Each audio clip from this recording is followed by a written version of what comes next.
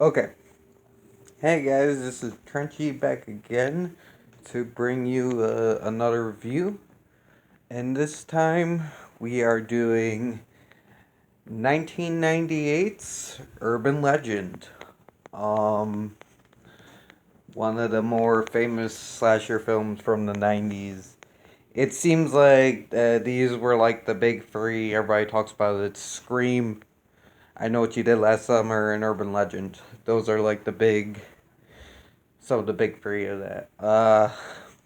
This is kind of a redemption review in a way, because I used to despise this movie. I used to hate this movie. Now, after just watching it again,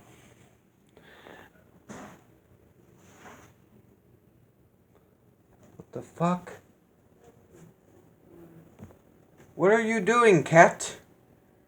Okay, sorry, I was distracted by the cat for a second. Anyways,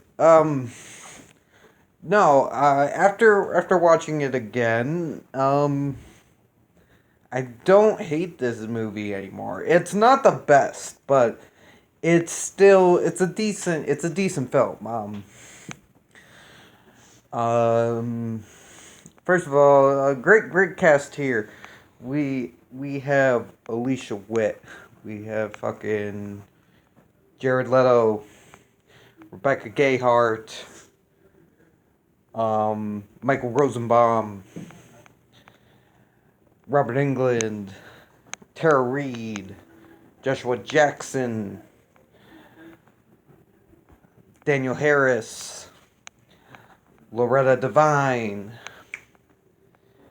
Let's see. There's Brad Dourif's in here a little bit. Um, Jared Leto. Did I say Jared Leto? I think I did. But anyways, yeah, pretty good cast. Pretty good cast. So this movie's about these teenagers go to this like college. Well, I guess they're young adults. They go to this college. They're learning about urban legends and stuff, and then people on the campus start getting killed off by urban legends, and they got to figure out why. Pretty much. Alicia Witt plays our main character, Natalie. I don't remember half these characters' names, but they said hers enough to remember. I don't really like Alicia's Witt acting in this. She's okay, but there's times where I'm just like, like I really don't like her acting.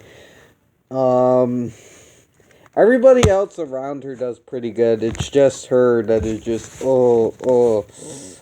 Um, Michael Rosenbaum is awesome in this film. I love Michael Rosenbaum in this movie. Uh, Daniel Harris does okay with what she's given. She's not given much. She's more of just the aggressive teenage goth chick. Or she's not even teenage, young adult goth chick, who's always like annoyed by Natalie. She's like, because they're roommates, and she's always annoyed and shit by what Natalie's doing. Um, you have, yeah, like I was saying, well, got interrupted. Sorry, but like I was saying, like she plays the the golf chick that's annoyed by everything. Um, Rebecca Gayheart as Brenda is the shit. Um,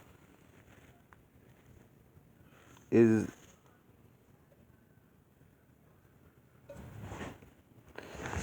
She's awesome. She For most of the movie she's composed. And let's just say by the end she gives an interesting performance. Robert Englund's good when you have him in there. Jared Leto's good. Everybody does a good job. Pretty much, besides Alicia Witt. Loretta Devine fucking makes this movie. Loretta Devine. Um, I found quite a bit of this movie to be boring. I didn't really connect with the characters. They did entertain me a bit, but I didn't connect with the story too much. I like the idea of it. I just don't think it was executed very well.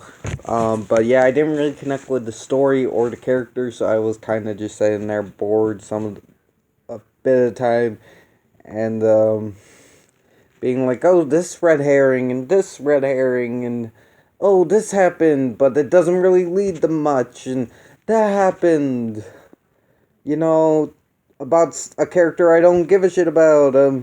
It does build up to a pretty good ending, but just some of it was just boring. I really didn't give a fuck about Alicia Witt's character Natalie. I really didn't, and a lot of it circles around her, and she's like that. She's like that pinnacle. And if you don't care about her, you don't care about the story. It's like, but the kills are really good. A lot of good inventive kills in this movie. I think what saved this movie for me are Rebecca Gayheart's performance, Michael Rosenbaum's performance, the ending, the kills, and Loretta Devine. Loretta Devine's performance, and the fact that there's an alcoholic dog. That's a thing in this movie, and definitely gives it an up with me, in particular. But yeah, man. I am gonna do a spoiler section for this one because I kind of have to, but because I think the twist is what makes this movie. But the kills are great. The kills are great. Most of them playing off of urban legends. You got the beginning kill with Brad Dourif trying to warn our character that there is a man in her back seat. She thinks that Brad Dourif is trying to kill her, attack her, so she drives away, but the attacker's actually in the back seat and takes her out with an axe. We have a hanging where this guy gets hanged.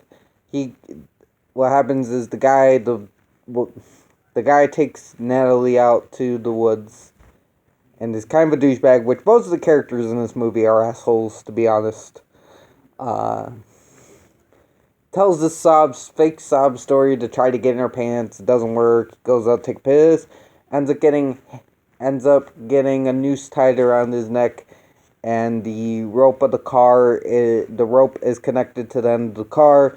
So if the person drove off, they like hanged into a tree and shit.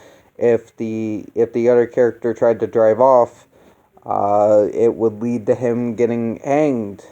Strung up and hanged because he's barely hanged on top of the car. But she doesn't know that, and she's being attacked by this person in the fur coat that's killing everyone. So of course she drives off, leading to his hanging. I thought that was really good. There's also a good little take on the Mentos and soda thing with Mentos and Drano. I thought was fantastic. Also, the kill of the Dean was really cool, really fun kill. I won't spoil the kills, but they're pretty good and pretty gory, pretty fantastic. One of the saving graces of this movie, like I said. You got that 90s pop music thrown throughout this movie. It fucking screams, I'm the 90s, You got, I don't know if this is a 90s song, but you got I think it's Total Eclipse of the Heart by Bonnie Tyler in the beginning. Wait, no, it's not Bonnie, no, it's I Need You More. No, that isn't Total Eclipse of the Heart. Give amazing in life. Love is like a shadow. All the time. I don't know what to do. I'm always in the dark. We're living. Just give us a spark. I really need you tonight. I don't know. Once upon a time I was falling. Now I'm all in the dark. I don't know. It is totally Eclipse of the Heart. Unless if I'm mixing two different songs together. It is totally Eclipse of the Heart. And then you have Roller Coaster, which I know very well from Final Destination 3. It's also in this one. So you got those like songs slashed throughout, and they got them all referencing urban legends throughout all the characters. Um, like I said, most of the characters are assholes. Some of them are likable assholes. Others aren't. But yeah, most of the characters in this fucking movie are assholes. I don't know if that was done on purpose, but that's just the way it was. I guess I'll give my rating for this film. I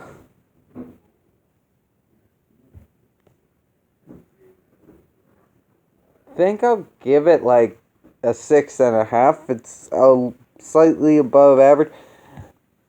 I'll give it a 7. Nah, 7's too high. I'll give it like a slightly above average with 6.5. I think it has a lot of stuff I didn't like about it, but it also has a lot of stuff I enjoyed quite a bit that kept it balanced and I think saved the movie for me. I see why I hated it before, but now I kind of have a new appreciation for it. As you see, I didn't really have much to say about it without doing spoilers, so that's kind of bad. But now we're gonna hop into spoilers. If you have not seen Urban Legend from 1998, stop now, or you're gonna get ruined the best part of this fucking movie, which is the twist. Okay. So, it turns out that our character Alicia Witt had, her and the chick from the beginning did the little thing, the urban legend, you turn your lights off, and someone flashes light at you, and the person with the lights off ends up being a gangster and kills you. Well, they were doing that to fuck around with this dude. They started chasing him, flashing their lights off and on. They're going really fast, and the guy crashed and died. Throughout the movie, we also find out that there was some sort of massacre, and only Robert Englund's character, the professor, survived it. There's no real payoff for that, it just kind of happened. And I guess it's kind of a red herring thing, but that seems to be its only purpose. There's no real other reason for it. I guess maybe to make the killings convenient. I don't know. Fuck, it's stupid. But, we find out that in the end, Alicia Witt goes to his house to find out what's going on and save her friend Brenda, who is missing. She's wandering through the house. She finds all these dead bodies. She finds Brenda dead on the bed. She turns her back and starts freaking out. Brenda slowly rises from the bed and knocks her out.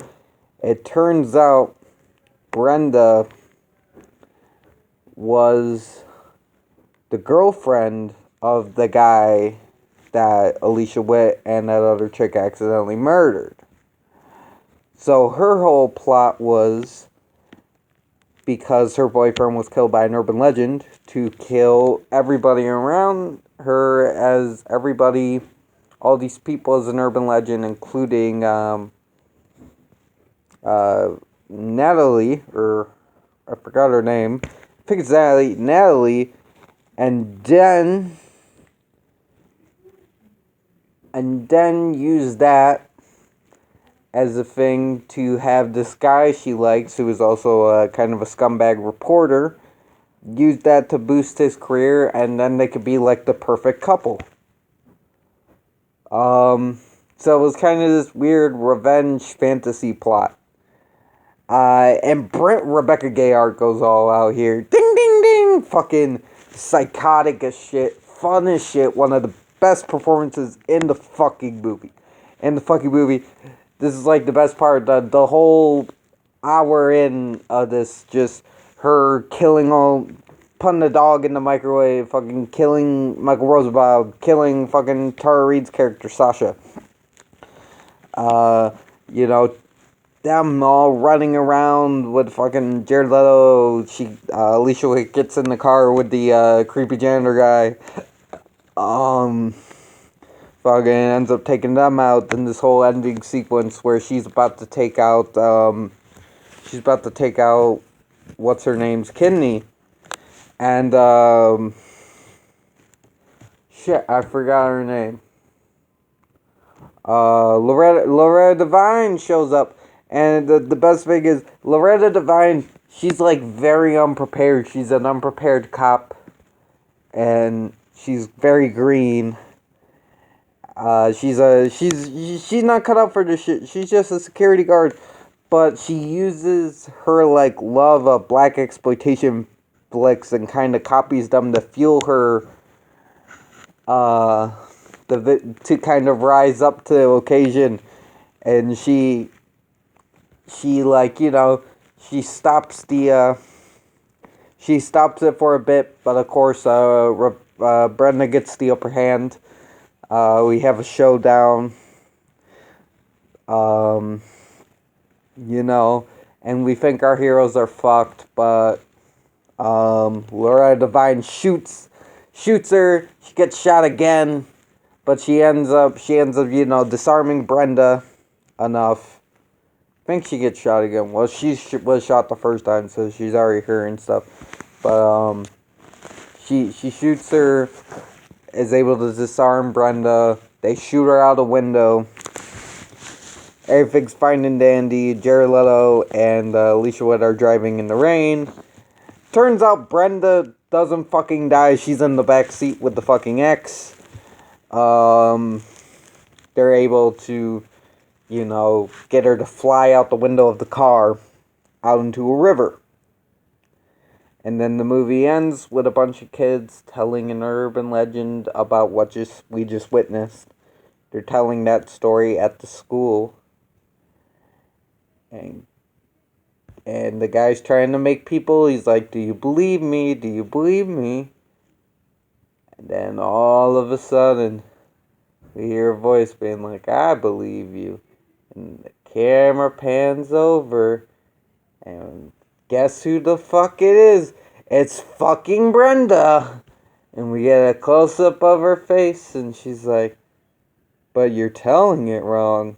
I'll tell you what really happened. And she gets this big smile on her face, and it's like, that motherfucker. And that's so fucking good.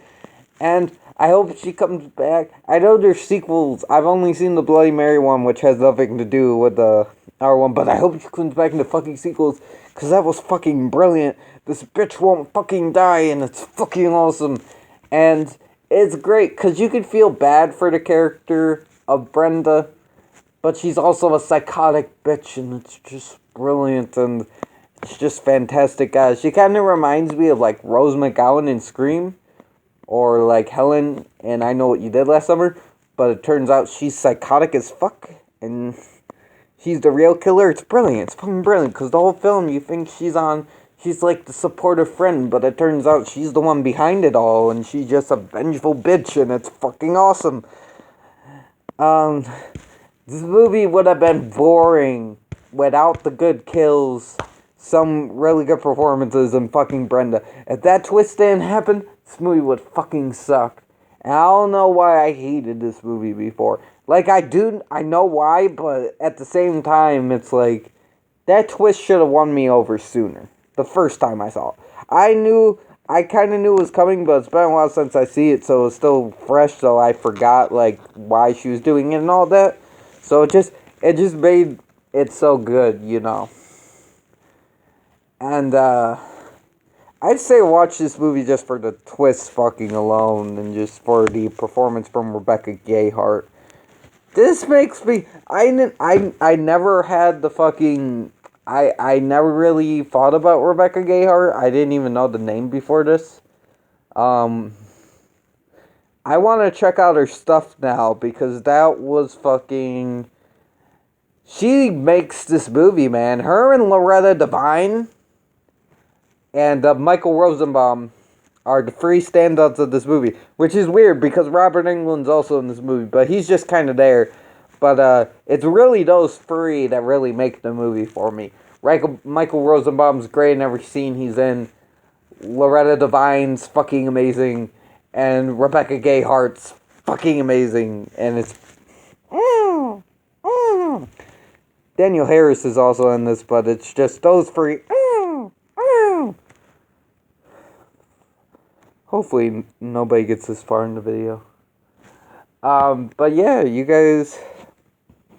That's all I gotta say about Urban Legend. It's an okay movie. It's an okay movie. It's not my favorite, but I don't hate it anymore. So that's a good thing. And the ending is magnificent. Everything else, besides a few shining characters here and there, and some kills and some decent performances, it's kind of a snooze fest. But it's not the greatest slasher ever made, but it's a passable one. Definitely a passable one. But yeah, that's my thoughts on Urban Legends. I hope Urban Legend. I hope you guys have a good day. Stay frosty. This is Trenchy signing off. Beep up boop.